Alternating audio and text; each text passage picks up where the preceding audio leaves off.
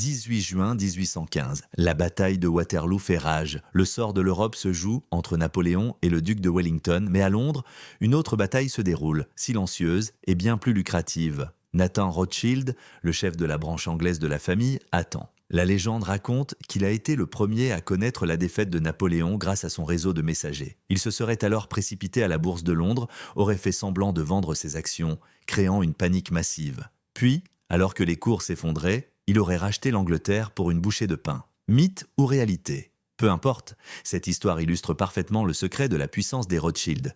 L'information, la vitesse et une audace à la limite de la prédation. On parle aujourd'hui d'une fortune cachée de 500 trillions de dollars. Un chiffre si absurde qu'il en devient impossible à vérifier. Et c'est précisément le but, car la plus grande ruse des Rothschild n'est pas d'avoir accumulé une fortune colossale, c'est de nous avoir fait croire qu'elle n'existait plus.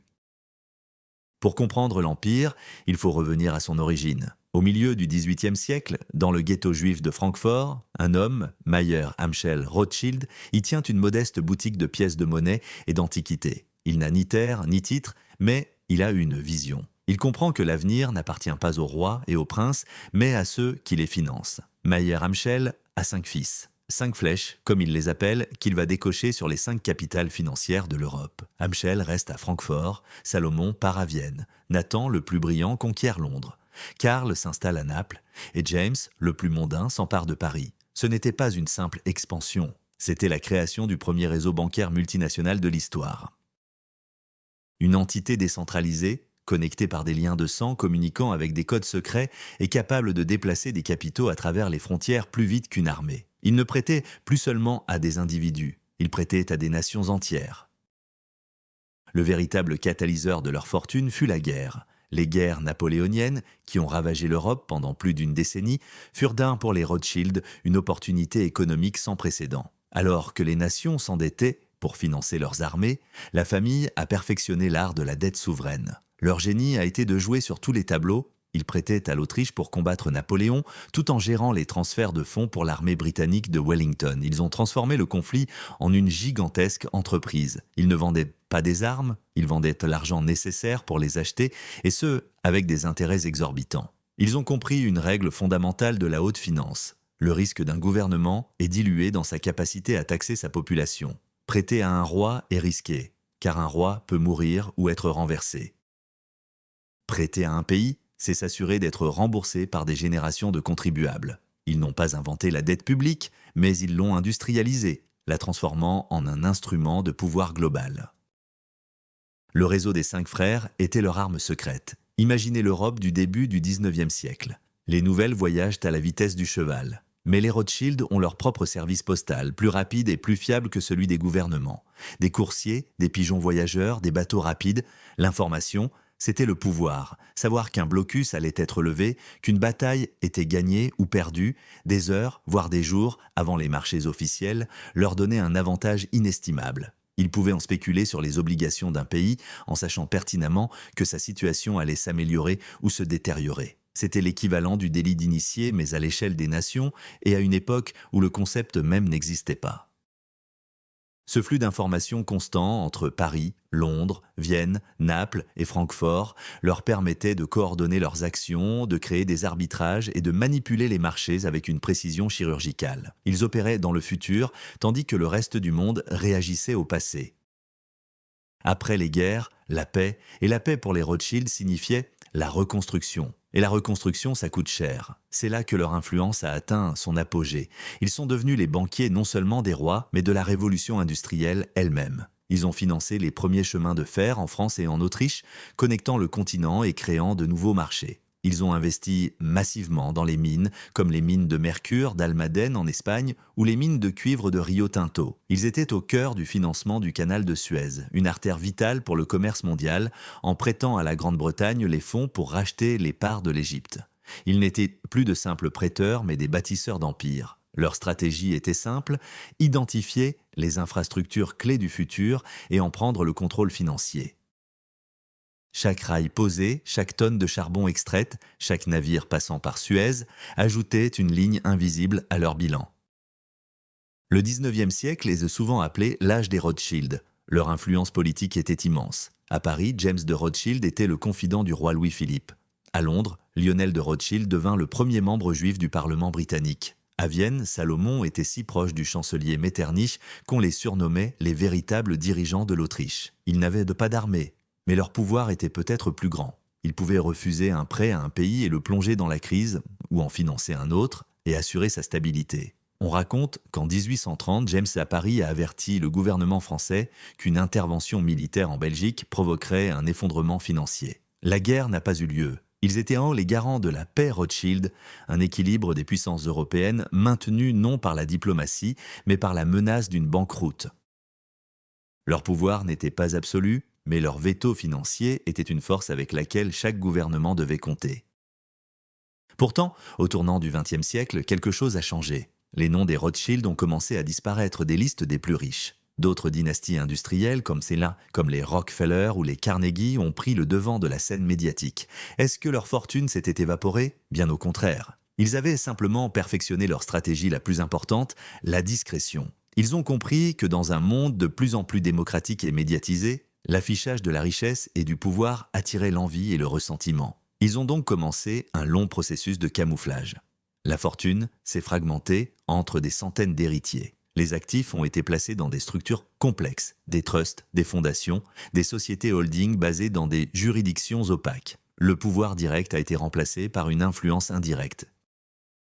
Ils ont cessé d'être les propriétaires visibles pour devenir les conseillers discrets, les actionnaires silencieux, les membres de conseils d'administration influents. L'empire n'a pas disparu, il est devenu invisible.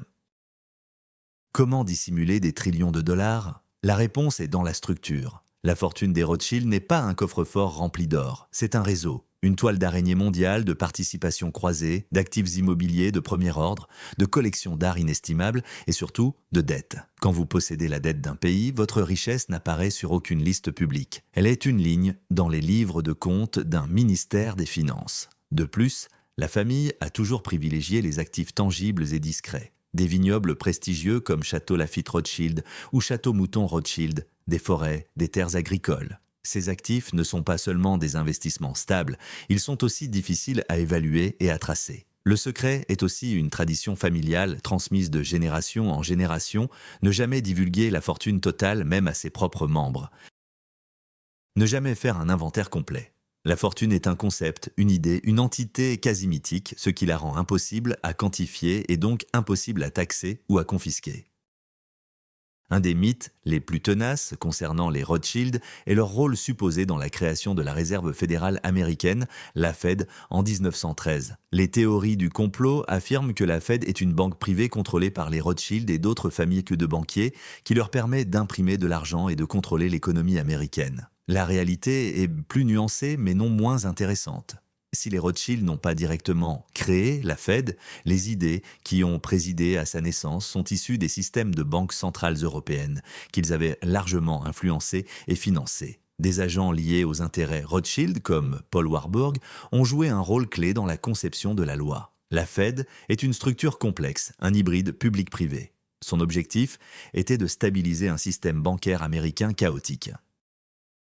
Mais en créant un prêteur de dernier recours, elle a aussi institutionnalisé le pouvoir des grandes banques. L'influence des Rothschild n'était pas celle d'un marionnettiste tirant les ficelles, mais celle d'un architecte qui a aidé à dessiner les plans du système financier moderne.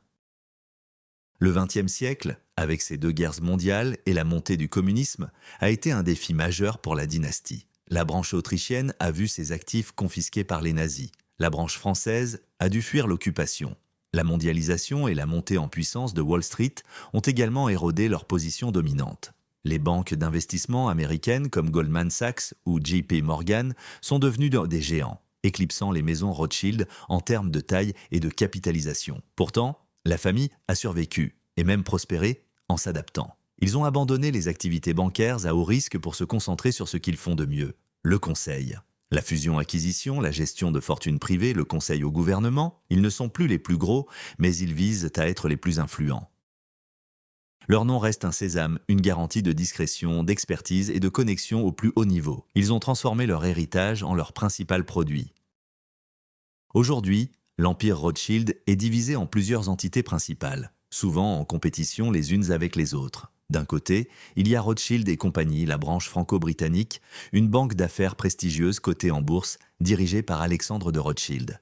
C'est la partie la plus visible de l'iceberg. Elle conseille les plus grandes entreprises du monde lors de leur fusion et murmure à l'oreille des chefs d'État, comme Emmanuel Macron, un ancien de la maison. De l'autre, il y a le groupe Edmond de Rothschild, la branche suisse, spécialisée dans la banque privée et la gestion d'actifs.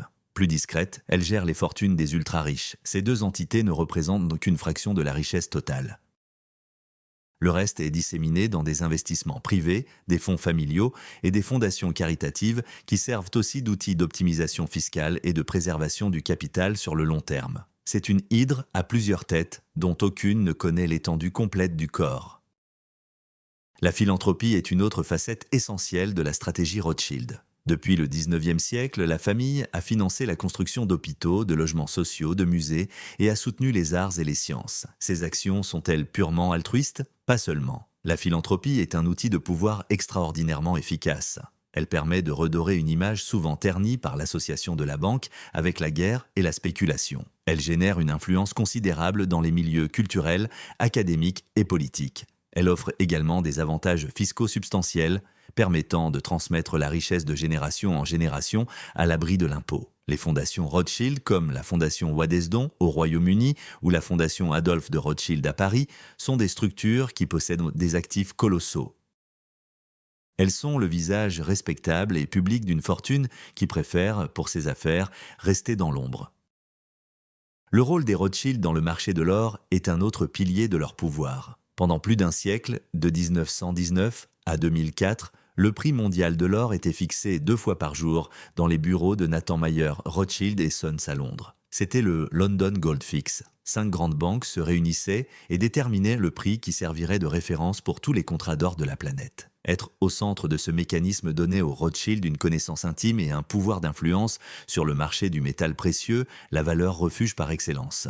Bien que ce système ait été remplacé par un processus électronique, l'héritage demeure. La famille conserve une expertise et des connexions profondes dans le monde des matières premières. Leur influence s'étend au-delà de l'or, à travers des participations dans des géants miniers comme Rio Tinto, ou dans le négoce de matières premières.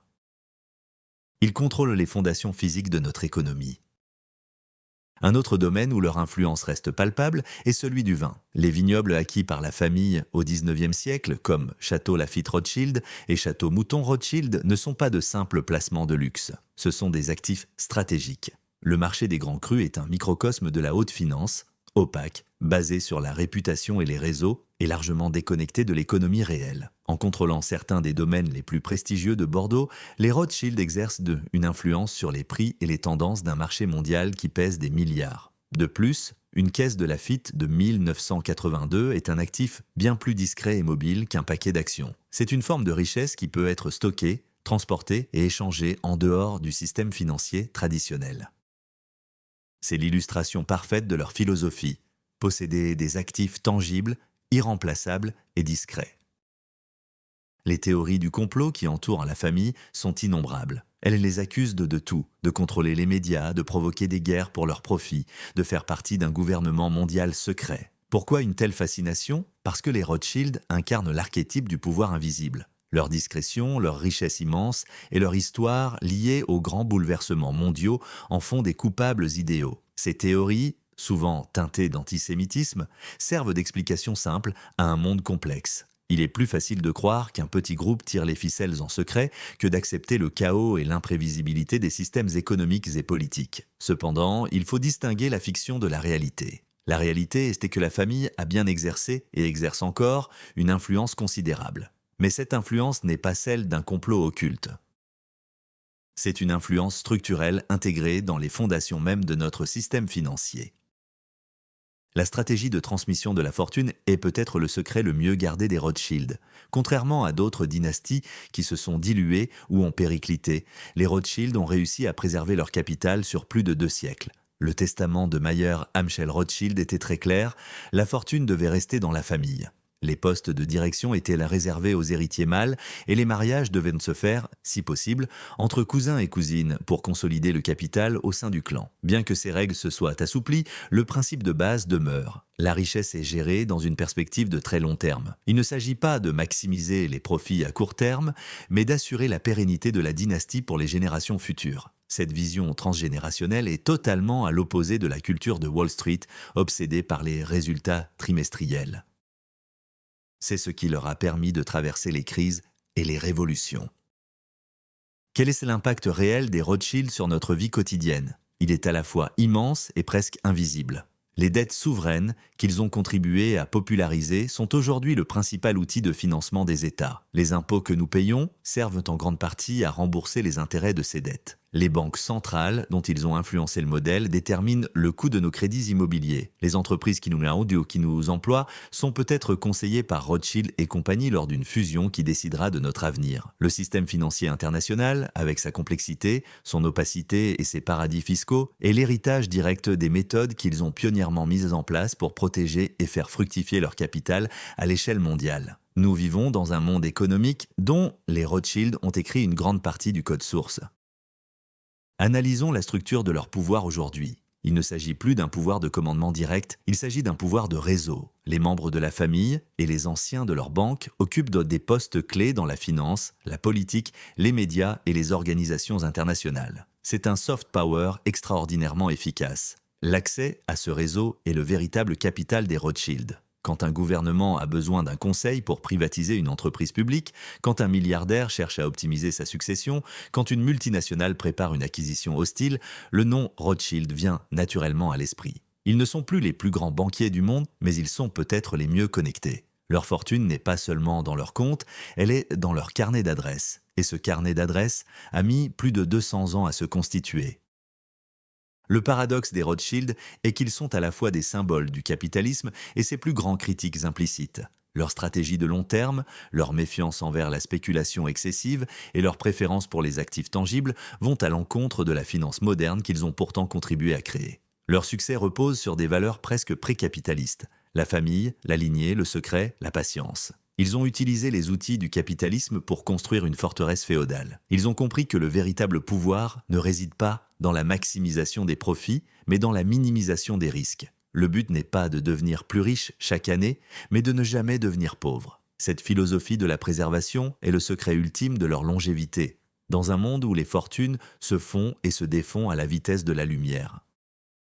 Le futur de la dynastie est incertain. La nouvelle génération, élevée dans un monde globalisé et transparent, est elle aussi attachée au secret et à l'unité familiale que ses ancêtres? La pression fiscale et réglementaire croissante sur les grandes fortunes pourrait rendre leur stratégie de dissimulation de plus en plus difficile. La concurrence des nouveaux géants de la tech et des fonds souverains est féroce.